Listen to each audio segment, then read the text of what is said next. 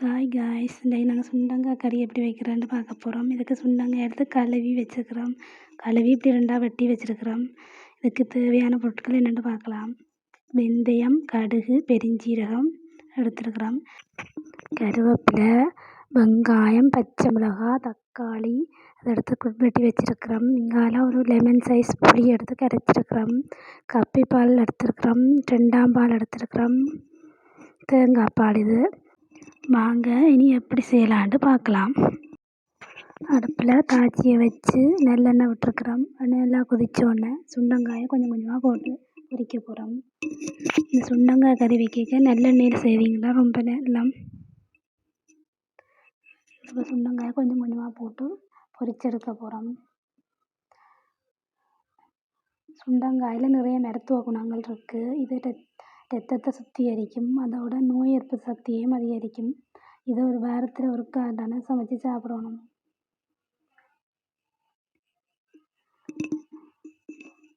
பொரிஞ்சோடனே கொஞ்சம் லைட்டாக வெள்ளை கலர் மாதிரி வரும். அப்போக்கி நீங்கள் எடுத்தீங்கண்டா சரி.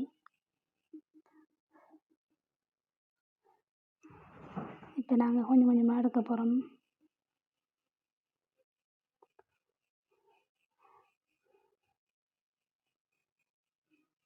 நல்லா எண்ணெயை வடித்து எடுங்க. அப்போ வடிச்செடுத்தா கறியில் நிறைய எண்ணெய் வராது. நிறைய எண்ணெய் பாவிக்காமல் கொஞ்சம் எண்ணெயிலேயே கொஞ்சம் கொஞ்சமாக பொரிச்சு எடுங்க.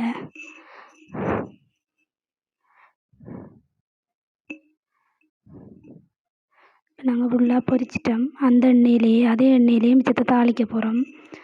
கடுகு, வெந்தயம், பெருஞ்சீரகத்தை போட்டுட்டு கடுகு வடித்து வரைக்குள்ள கருவேப்பிலை,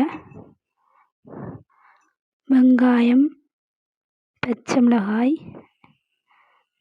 இதெல்லாம் போடணும். இப்போ கடுகு வடித்து வந்துட்டு வெங்காயம், பச்சை மிளகாயை போட போகிறோம்.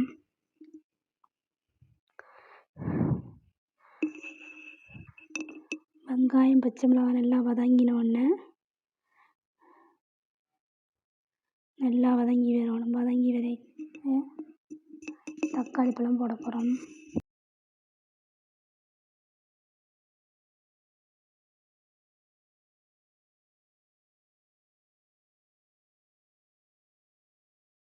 தக்காளி பழம் போட்டு நல்லா கிளறி விடுங்க. தக்காளி பழம் வதங்க மட்டும் நல்லா கிளறி விடுங்க.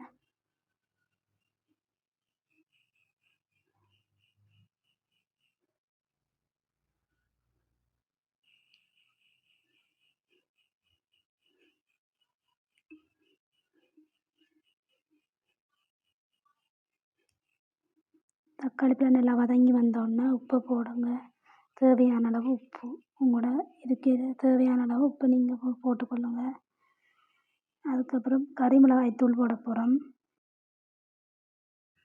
நாங்கள் 3 தேக்கரண்டி கறி மிளகாய்த்தூள் போட்டிருக்கிறோம். கறி மிளகாய்த்தூள்ண்டா குழம்பு மிளகாய்த்தூள். நீங்கள் குழம்புக்கு வைக்கிற மிளகாய்த்தூள். நாங்கள் 3 கரண்டி போட்டுக்கிறோம். நீங்கள் எவ்வளோ அது வேண்டானோ அவ்வளோ உரைப்புக்கு ஏற்ற மாதிரி போட்டுக்கொள்ளுங்க. அதுக்கு பிறகு 2ஆம் பால் விட போகிறோம். 2ஆம் பாலை விட்டுட்டு நல்லா கிளறி விடணும். தூள் கட்டி விடாத மாதிரி கிளறி விடணும். கிளறி விட்டுட்டு நல்லா கொதிக்க விடணும். இப்போ புளி விட போகிறோம். புளி உங்களுக்கு தேவையான அளவு நீங்கள் விட்டுக்கொள்ளலாம்.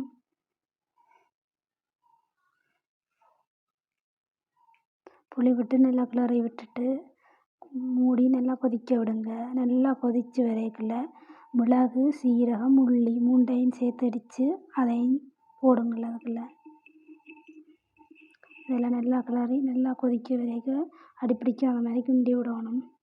கிண்டி விட்டுட்டு இப்போ கப்பி பாலை விட போகிறோம். விட்டு நல்லா கிளறி விடணும். விட்டுட்டு நல்லா கிண்டி விடணும். நல்லா கிண்டி விட்டுட்டு நல்லா கொதிக்க விட்டுட்டு அதுக்கு சுண்டங்காய் பொரித்து வச்ச சுண்டங்காய் கொஞ்சம் கொஞ்சமாக போடுங்க.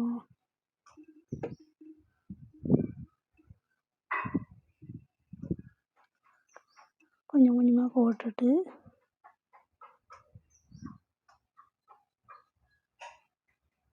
அடிப்பிடிக்க விடக்கூடாது. கொஞ்சம் கொஞ்சமாக போடுங்க.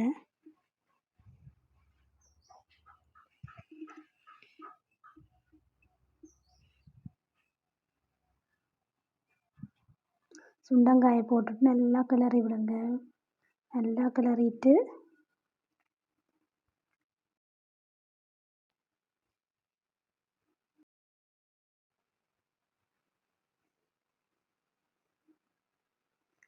கிளறிட்டு மூடி விடுங்க. மூடிட்டு இடையில திறந்து கிண்டி விடணும், இல்லாட்டி அடி பிடிச்சிடும்.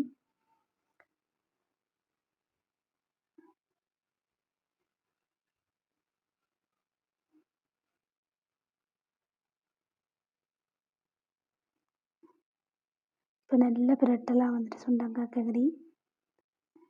உங்களுக்கு தண்ணி குழம்பு ஆகணும், கொஞ்சம் தண்ணி குழம்பு ஆகணுன்னா முன்னே இறக்கலாம். இல்லைன்னா அப்படி இந்த பிரட்டெல்லாம் செய்வீங்கன்னா இன்னும் நல்லா இருக்கும்.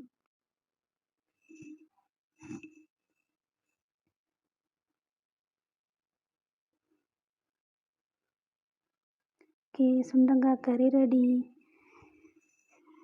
இப்படி நல்ல சுவையான சுண்டங்காய் கறியை செய்து அதை சாப்பிடுங்க, ஆரோக்கியமாக இருங்க. கறி எப்படி இருக்குன்னு கமெண்ட் பண்ணுங்கள். மறக்காமல் சேனலுக்கு சப்போர்ட் பண்ணுங்கள். தேங்க்யூ.